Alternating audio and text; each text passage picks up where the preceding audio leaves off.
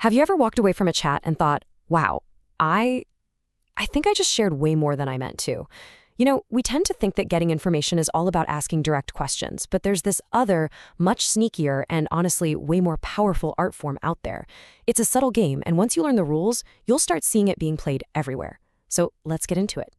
Now, take a look at this sentence. On the surface, what is it? It kind of sounds like a simple, maybe even a little negative comment about business, right? But it's not. It's actually a precision tool, and it's designed to get a very specific reaction.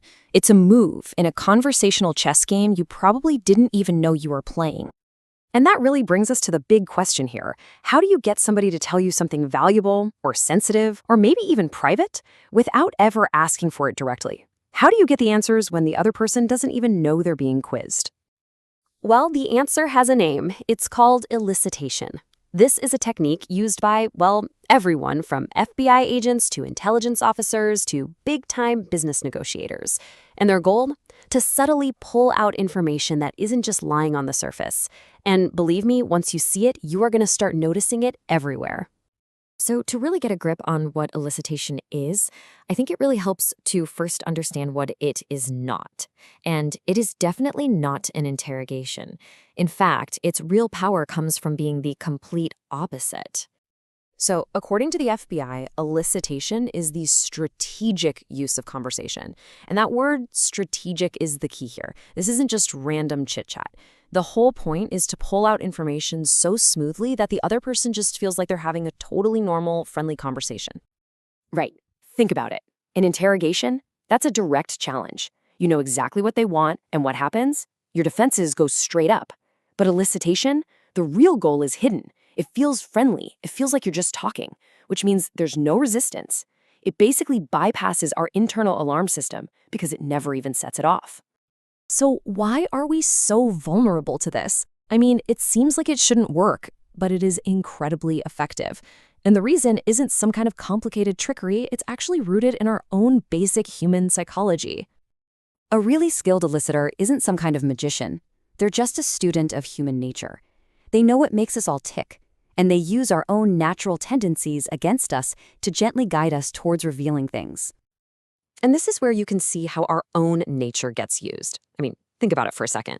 We are wired to want to be polite and helpful. We absolutely cannot resist correcting someone when they say something wrong.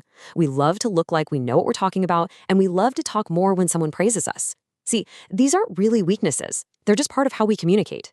Elicitation just gives these natural tendencies a little nudge.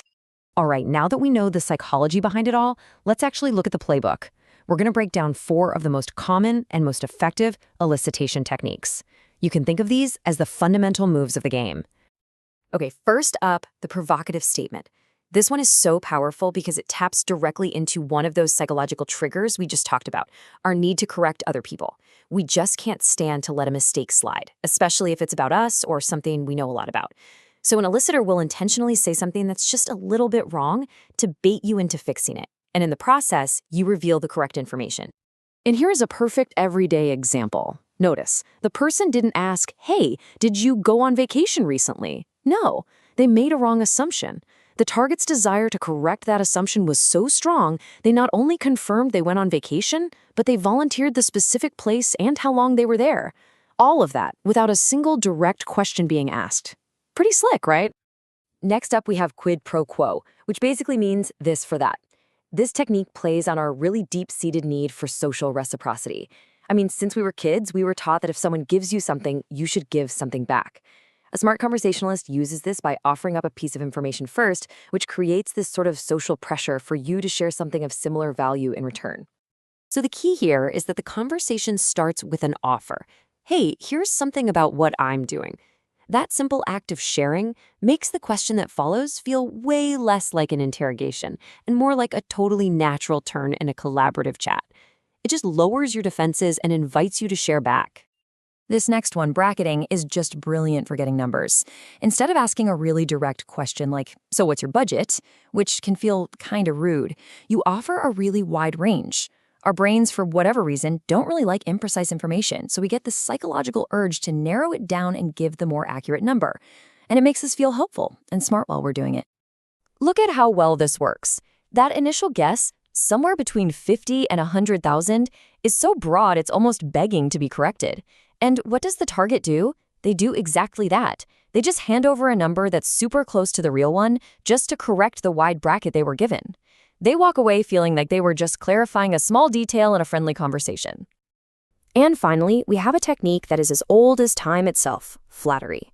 When you give someone a genuine compliment about their work or their insight, you make them feel really valued and appreciated. And as the FBI points out, that creates an opening. It taps into our tendency to expand when we're praised. We naturally want to talk more about the topic, almost to prove that the compliment was well-deserved. This is just a classic setup. The compliment, your strategy is impressive, makes the person feel great. The follow-up question, how did you manage to do it, now feels like an invitation for them to share the exciting details of their success story, which, of course, they are now much more willing to do. Okay, so we've spent a lot of time looking at the offense. Let's finish up by talking about defense. Now that you can recognize these plays, how do you politely shut them down and keep your own information safe? The single most important step is just awareness. Simply recognizing that someone is using a provocative statement or a bracketing technique on you, that changes everything. It moves the conversation from an unconscious reaction on your part to a conscious choice. You can't be played if you know you're in a game. And here is your defensive toolkit, straight from the FBI. And notice something?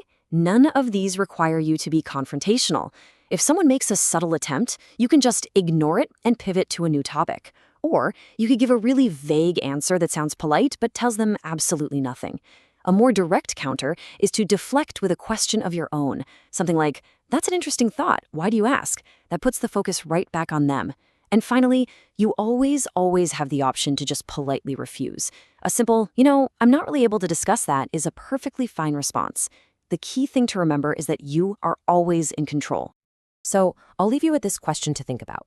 As you go about your week, in meetings, grabbing coffee, just talking with friends, try to listen a little bit differently. Pay attention to the structure of the conversation, not just what's being said. You might be really surprised to find out just how many people are playing this game. The only question is, are you?